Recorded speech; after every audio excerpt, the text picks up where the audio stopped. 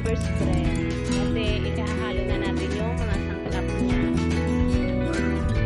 Actually guys, nilagyan ko pala ng tubig yung baboy para mabilis siya luto.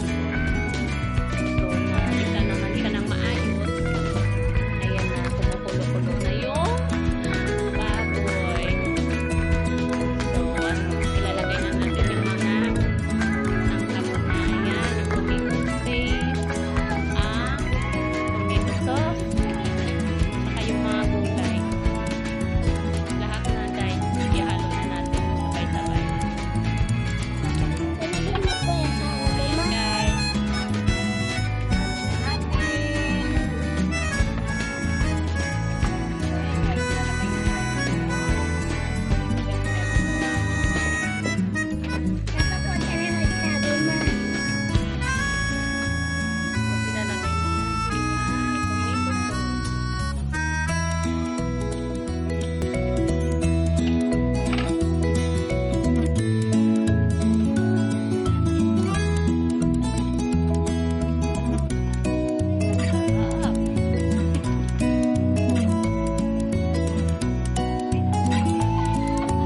Ilalagay na natin yung tomato paste. Ayan, tomato paste. Ilalagay na natin.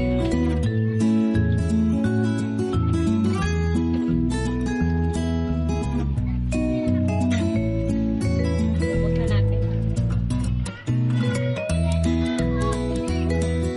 Ubos na natin. Halo lang.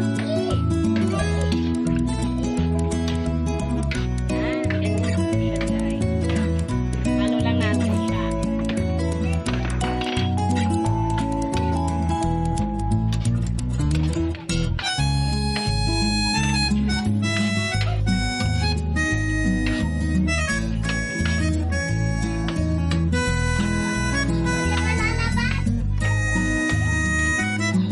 Halo na. Nakakip-tip din yung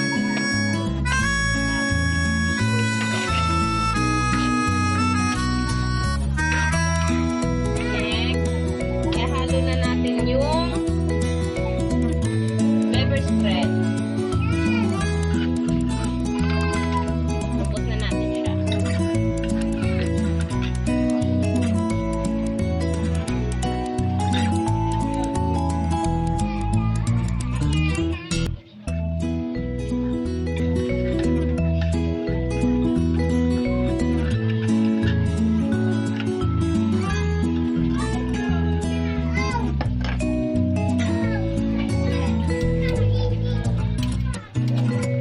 Ayan guys, ilagay na natin yung pepper spread. Haluin lang natin siya.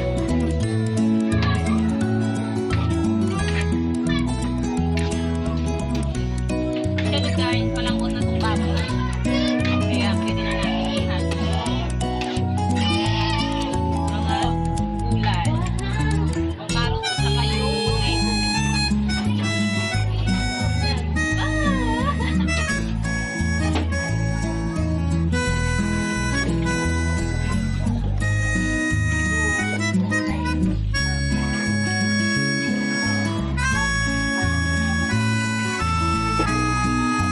Ayan.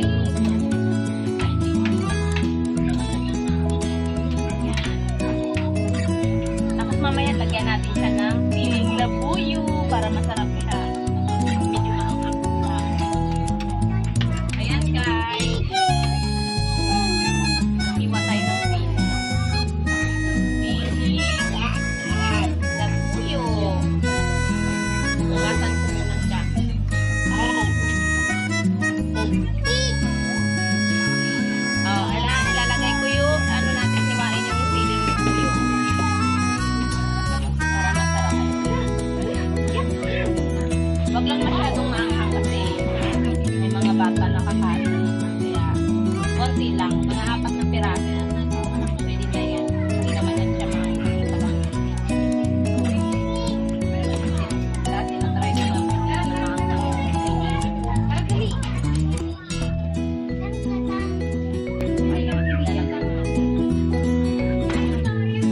Ayan guys, nilagay natin ang sili para masarap siya. Medyo manghang-hang. Para hindi siya nakakaumay. Kainin. Kaya ayan. Woo! Sarap na tingnan.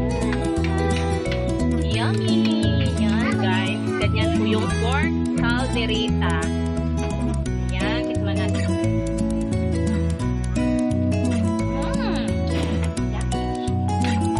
Ayan guys, tama lang yung anghang niya. Kaya sakto lang siya. Okay. Patikman natin sa kanila. Tikman mo. Sarap. Yummy. Grabe, ang sarap-sarap niya. Yan.